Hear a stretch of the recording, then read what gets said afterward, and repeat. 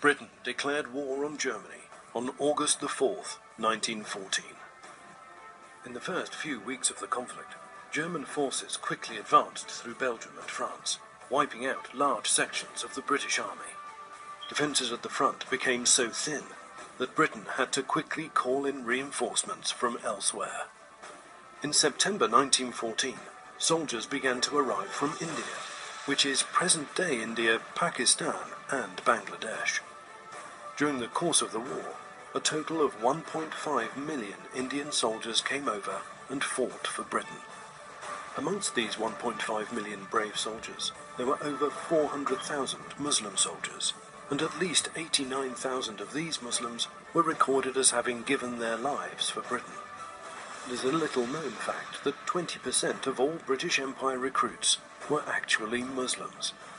In addition to the Muslim soldiers who fought for Britain, an additional 280,000 Algerians, Moroccans and Tunisians fought for the Allies, taking the total of Muslim contribution to almost 700,000 Muslim soldiers. According to military historian Gordon Corrigan, if the Indian Army hadn't arrived when it did, the Germans may well have broken through, and they may well have got to the Channel ports, and the whole history of the war may well have been very different. Some of these Muslim soldiers were awarded the highest military decoration, the Victoria Cross, awarded for valour in the face of the enemy. An exhibition developed by the British Muslim Heritage Centre gives an insight into the selfless sacrifice of Muslim soldiers who valiantly fought for the freedoms and privileges that we take for granted in Great Britain and Europe today.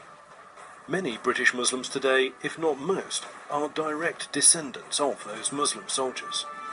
At a time when the Muslim community is continually in the media spotlight, with some of our society calling into question their loyalty to British values and to the British way of life, we hope that this initiative will go a long way to finding common ground.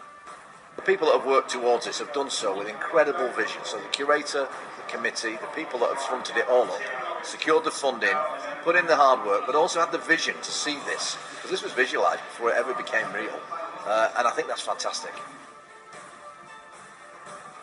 I think if people come here with their families, with their children, it will ingrain this idea in them at a young age that different groups within this country have contributed in their own way, but to a common cause. So at a fact